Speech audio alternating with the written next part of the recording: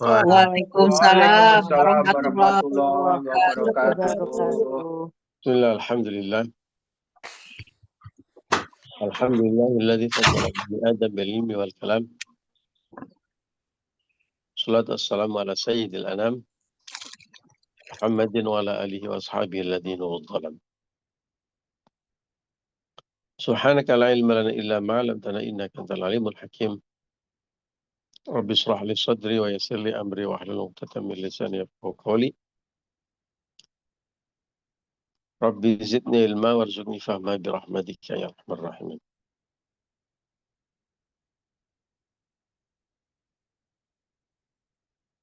Liridailah wa li syafaati Rasulillah wa li kulli niyatin as-salihah al-Fatihah. A'udzu billahi minasyaitonir rajim. Bismillahirrahmanirrahim. Alhamdulillah rabbil alamin arrahmanir rahim maliki yaumiddin. Iyyaka na'budu wa iyyaka nasta'in ihdinas siratal mustaqim. Shiratal ladzina an'amta 'alaihim ghairil maghdubi 'alaihim waladdallin. Rabbi ighfirli wa liwalidayya wa li jami'il mu'minina amin.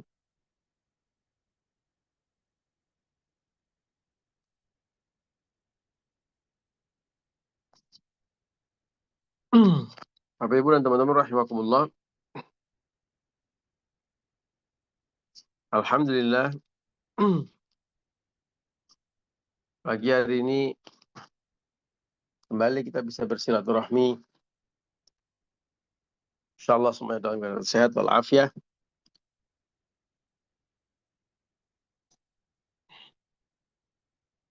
Bersyukur karena kita semua mendapatkan anugerah yang sangat mahal harganya, yaitu anugerah hidayah, inayah, serta taufik dari Allah Subhanahu wa taala.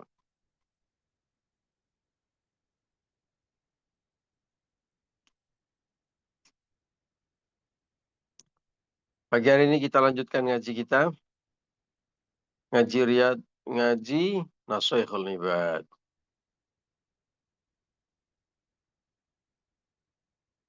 Sudah sampai di bab ketiga, makalah ke berapa Bu Maimunah?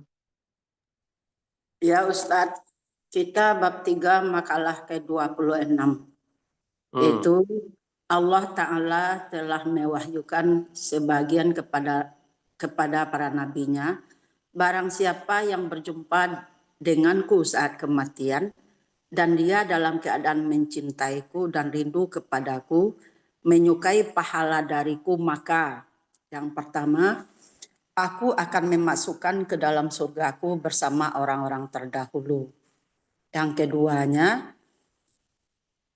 aku akan menjauhkannya dari azab-azabku atau nerakaku. Maka untuk itu kita harus takut atau takwa kepada Allah. Sampai di sana Ustadz 2. Sampai di sana 2. Ya, yang ketiga lagi. Kalau ada 3. Kalau ada 3. Ya. Kita lihat masih ada atau sudah habis? Ternyata masih ada 1 seperti dugaannya Bu Maimunah. Iya Ustadz. Baik.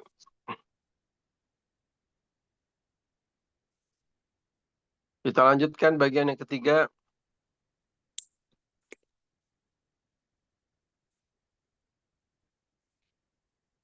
A'udzu billahi minasyaitonir rajim. Bismillahirrahmanirrahim.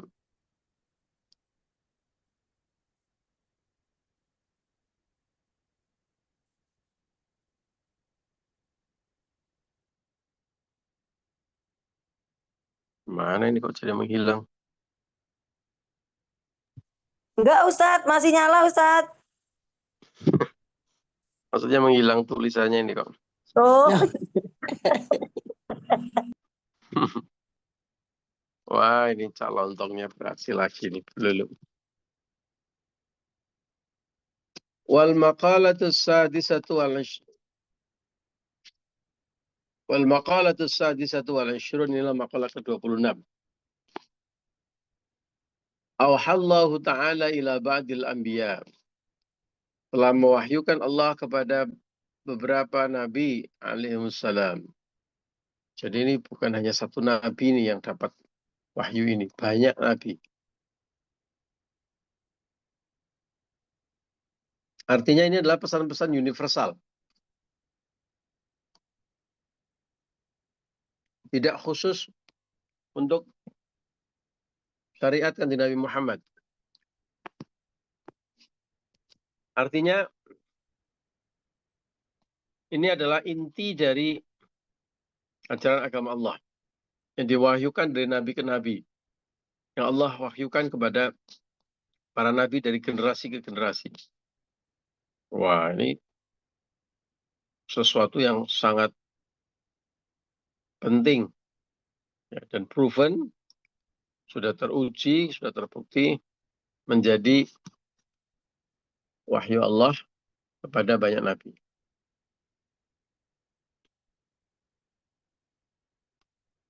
Apa isinya itu?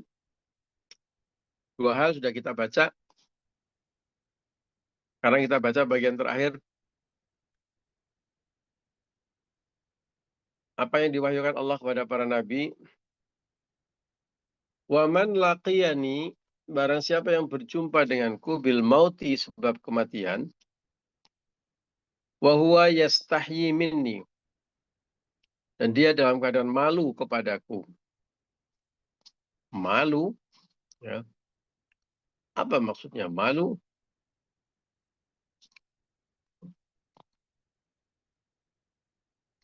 Maksudnya adalah bi'an tangqabidha nafsuhu.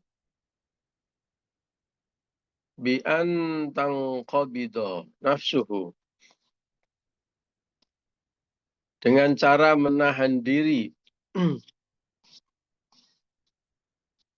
Menahan diri, nafsunya ditahan min syai'in, dari sesuatu. Khaufan, karena takut. min iqabillahi ta'ala lahu. Menahan diri karena takut pada siksaan Allah Ta'ala padanya. Fihi, sebab perkara tersebut. Jadi kalau orang bisa menahan diri dari keinginan-keinginan nafsunya dan godaan syaitan, maka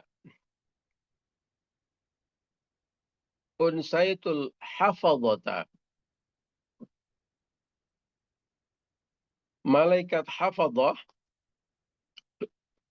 ay al-malaikatul ladzina katabu a'malahu, yaitu malaikat yang menulis amal-amalnya.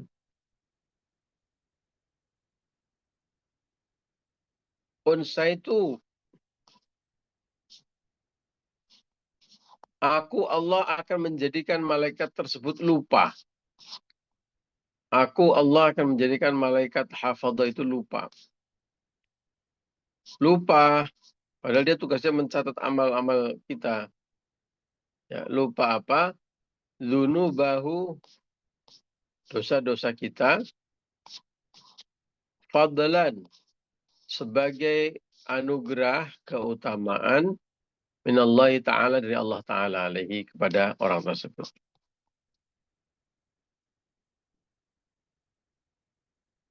Mari kita lihat satu bagian demi bagian. Ada bagian pertama, soal rasa malu. Bagian kedua, soal malaikat hafadhah yang lupa, dijadikan oleh Allah lupa mencatat dosa kita. Saya mulai dari yang kedua.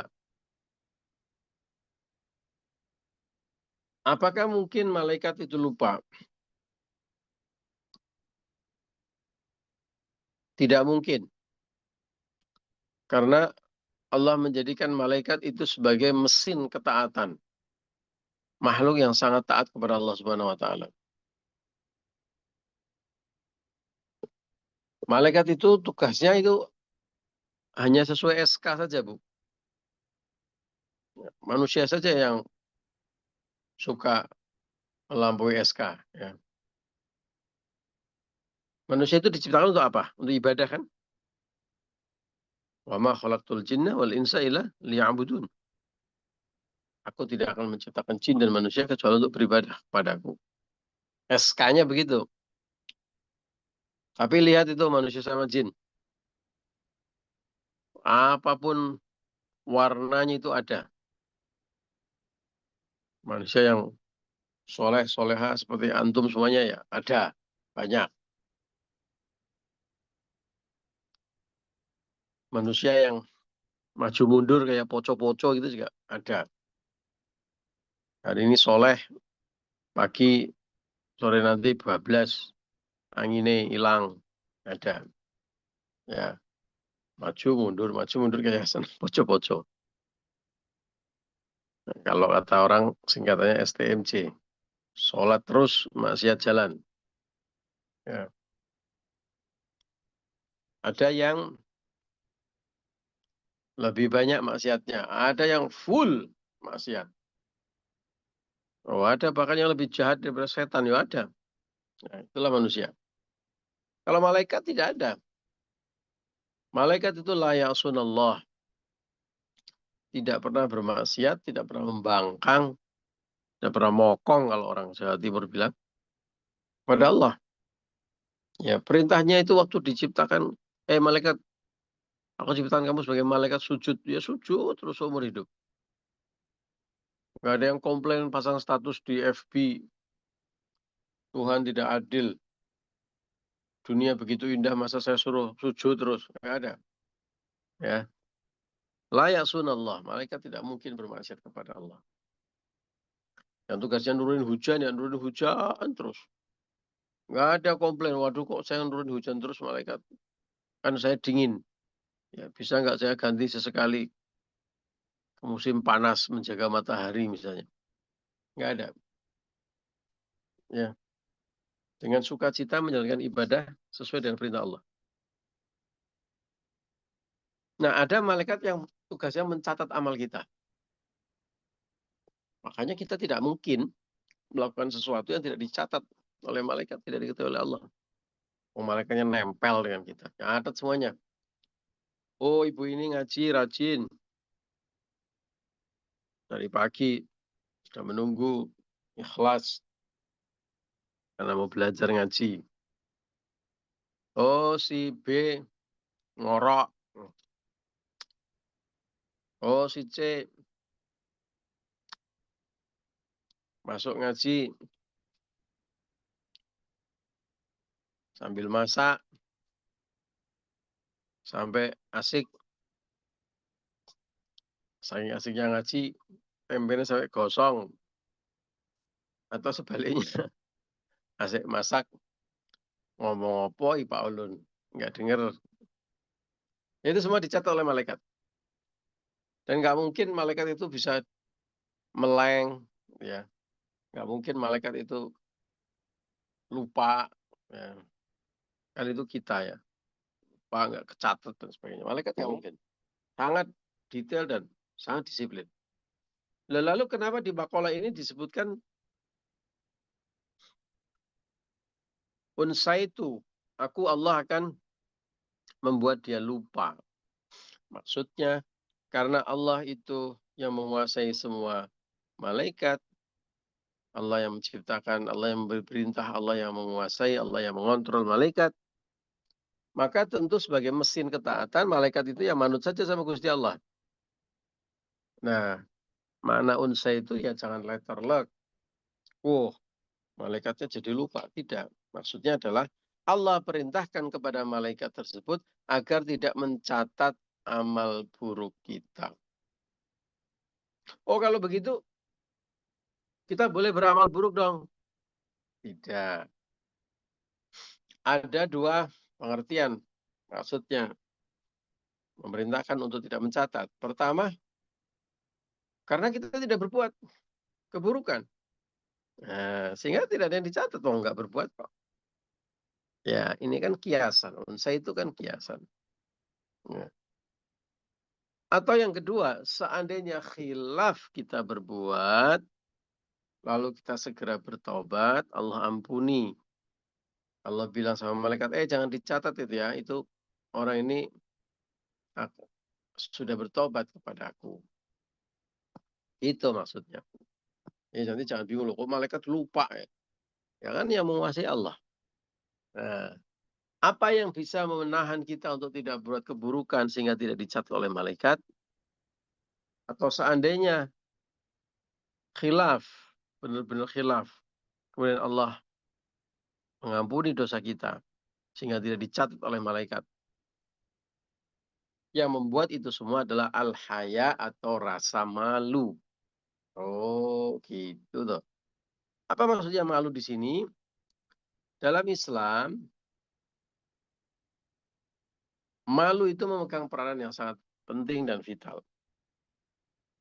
Maka sampai disebutkan al-haya'u minal iman. Malu adalah setengah dari iman. Dalam bab iman misalnya disebutkan cabang-cabang iman. Di antara cabang iman adalah malu. Ya, satu itu. Yang kedua, banyak sekali hadis Rasul. Di antaranya yang sangat populer adalah Rasul pernah bersabda, berbuatlah sesukamu. Asal kamu tidak malu. Nah, yang disebut malu di sini adalah bukan, Mbak, tolong nanti ini ya, maju ke depan untuk memberikan kata sambutan. Wah, jangan Bu, saya malu. Kan yang seperti itu. Ya. Malu di sini adalah malu kepada Allah. Malu kepada manusia pada umumnya. Malu kalau apa? Malu kalau berbuat dosa. Malu kalau meninggalkan perintah Allah. Malu kalau dikuasai oleh hawa nafsu. Ya. Malu kepada Allah, malu kepada manusia kalau melanggar peraturan, itu adalah rem yang paling pakem untuk kita tidak berbuat sesuatu yang keji dan mungkar. Ya dong? Ya. Karena dikuasai oleh hawa nafsu, dikuasai oleh setan, godaan setan, seseorang digoda untuk mengambil hak orang lain. Seseorang digoda untuk berbuat maksiat. Kalau nggak ada remnya, bablas. Nah, remnya adalah rasa malu. Saya malu kepada Allah kalau saya berbuat dosa. Saya malu kepada manusia kalau saya melakukan perkara yang keji dan mungkar. Jadi kemudian ngerem kan, nggak jadi kan, rem pakem. Ya. Ingat kisah seorang yang baru saja masuk Islam. Dia bekas preman, ahli maksiat.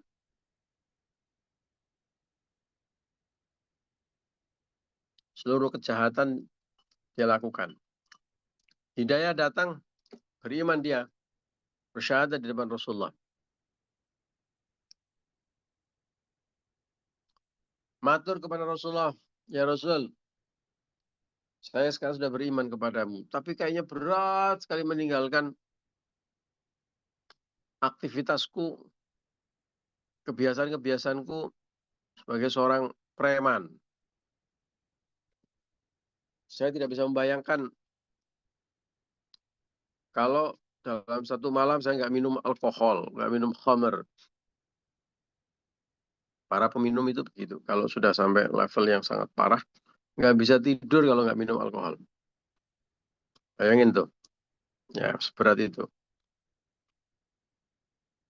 Rasanya berat sekali Rasul. Kalau saya harus menghentikan kemaksiatan-kemaksiatan saya. Maka kemudian Rasul bersabda, udah, yang penting kamu jujur. Itu aja permintaan Rasul. Wah, kalau itu mah gampang. Ternyata semudah itu ya jadi orang beriman. Wah. Baru berkata demikian, berpisah dengan Rasulullah.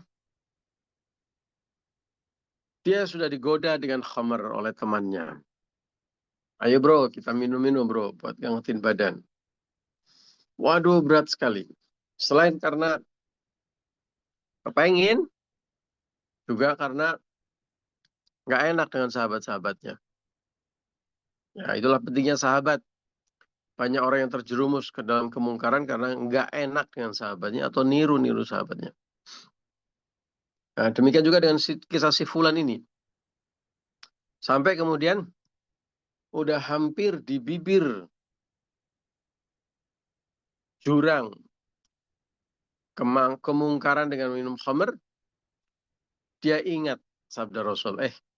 Rasul cuma minta saya jujur ya. Lalu kalau saya minum khamr, nanti ketemu Rasulullah, saya ditanya, saya harus bilang jujur, harus mengatakan apa adanya, dan saya habis minum khamr, saya malu dengan Rasulullah.